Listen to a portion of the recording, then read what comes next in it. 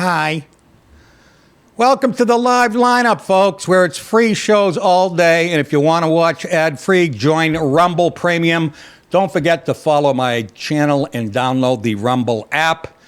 Today I'll be trying to talk, but I get this thing in my mouth. I left the other one when I'm supposed to use.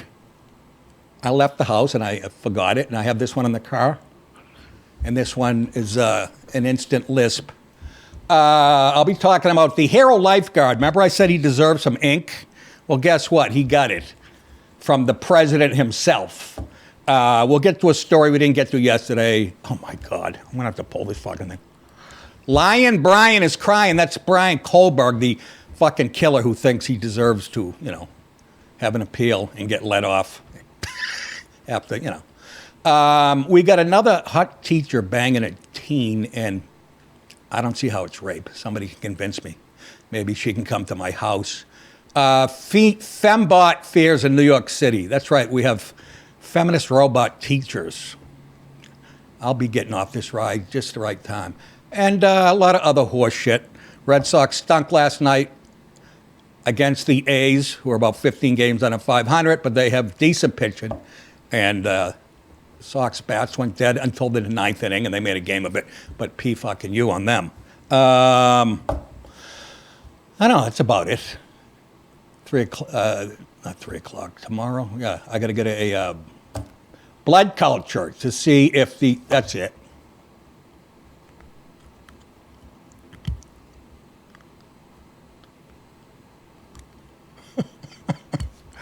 Okay.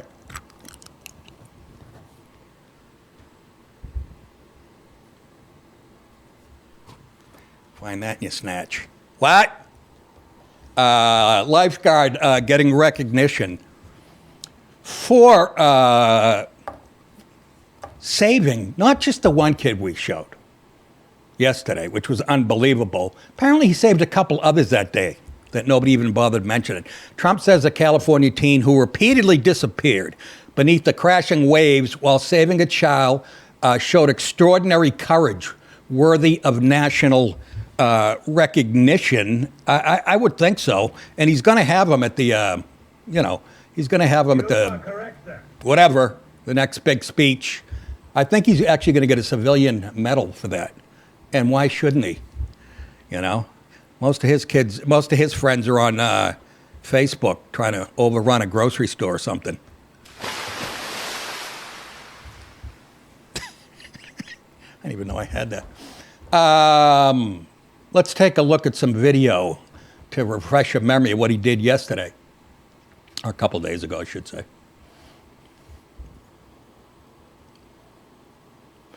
And by the way, this is after somebody else got involved, but he went out and got the kid, like I told you.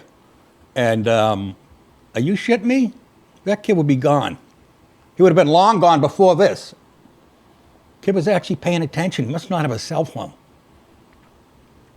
And yes, so like I said, somebody should, he should be on all the morning shows and whatnot, and probably won't be now that Trump has put a stamp of approval on him.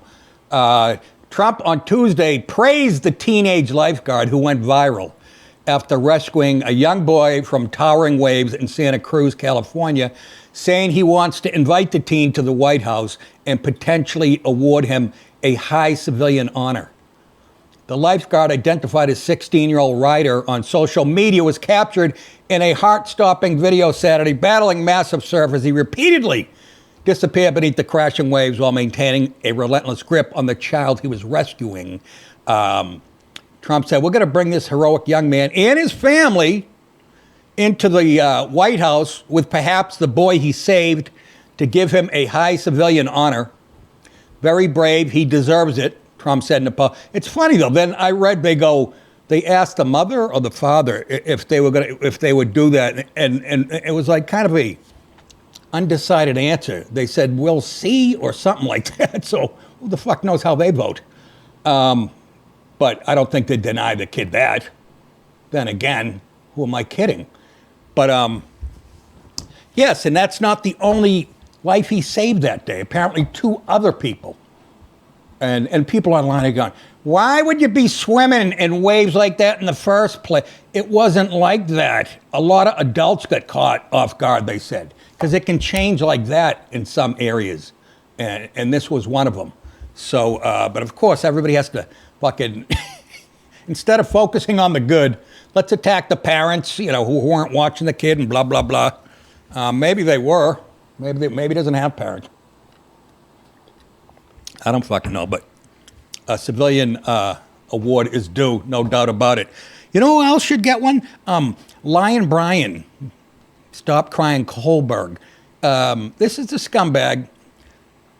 And as long as this story's in the news, I'm going to go back to it because of all the scumbags in prisons all over the country. I want this guy to die first.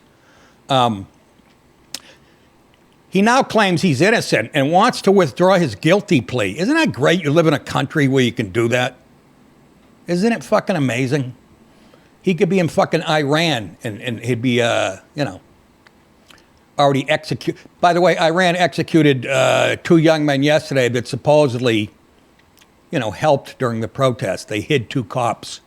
Not 2 cops, they hid 2 people that were involved in organizing it. So they were hanged yesterday. So, again, they're living in 4000 BC.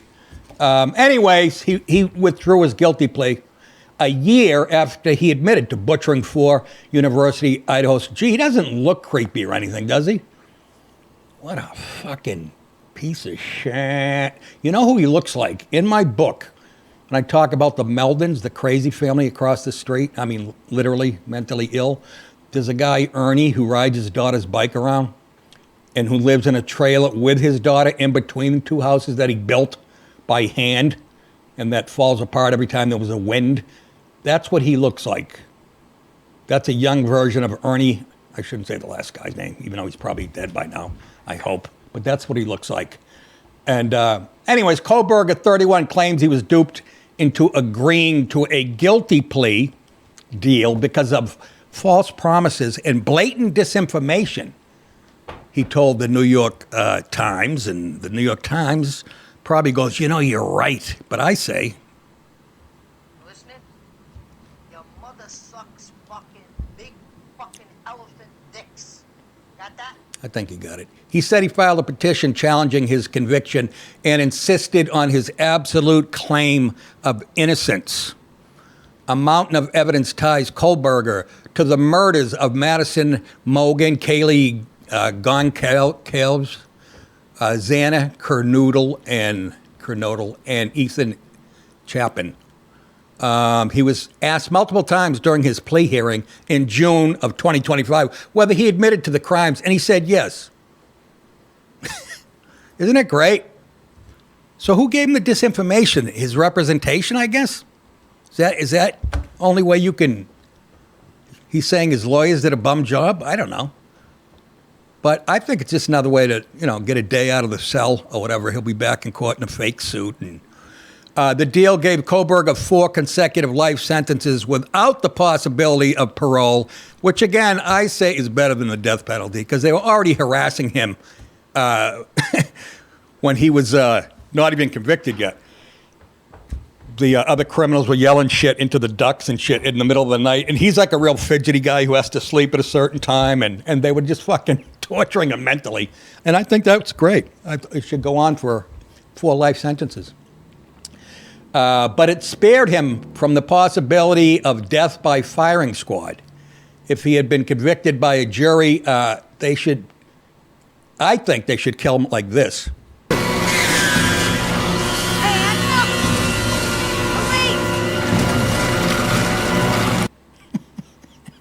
Why does that remind me of, I don't know, me playing pond hockey? That's how they should do it. And they should do that again, pay-per-view, before a UFC thing or in between the UFC fight. This should be on the undercard. Because it's not going to be a deterrent until everybody in the country sees it. That's how it works, I don't think you should be able to, that's fine. If you're going to kill him, not the chair, not an injection, well, he's alive, and we all get to watch. That You do that, and I'm for the death penalty. It also meant he would have to explain, in quote, why he committed the cold-blooded crime, because he didn't have to. Under his arrangement plea deal, he didn't have to say why he did it. I'm not sure why that is. Critics said, what's it matter? I guess. Critics said that the plea also meant Kohlberger, a criminology PhD student at the nearby Washington State University, did not have to explain why he targeted his young victim. Want me to explain it for you? He saw girls like that all the time and in high school and shit. They didn't give him 2 looks or 2 whatever. And it's just all envy and spite. And that's how some people are. I know a famous person who I know, comedian, probably not what you're thinking of, but when I first went to New York, I'd hang out with this guy, and every time he saw a good-looking couple, he goes, I hate those fucking people. And I'd go, what do you mean? They're eating dinner, and he goes, I just fucking hate them. And I go, why? I mean, I hate everybody too, but as you... I'm like, what? I just don't like fucking guys like that, and you know, and then I would bust his balls going, yeah, because that guy can get that girl and you never could, and you couldn't now. That's why you fucking hate him. Just say it. Which to me sums up America right now. Envy is the worst of all the things. That one and sloth, whatever that is. Eating too much? I don't know. Dallas, what's sloth? Do you know?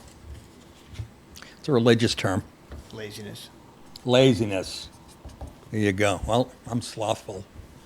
As for overturning his own admission, Idaho court rules say a valid plea agreement must show the, here's a word that sounds like they made up, voluntariness of the plea.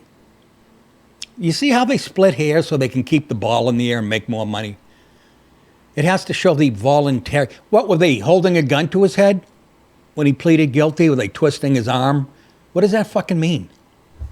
That sounds like a made-up word. Likewise, landmark Supreme Court cases, including 1985 Hill versus Lockhart, set a precedent for throwing out guilty plea deals if defendants can prove they agreed to it because of bad advice from ineffectual counsel. So that's what I'm guessing. That's what this is about, because he said he got misinformation about, I'm guessing, about the legal system, right? And bad advice. So why don't they all do that? They probably do. I don't even know.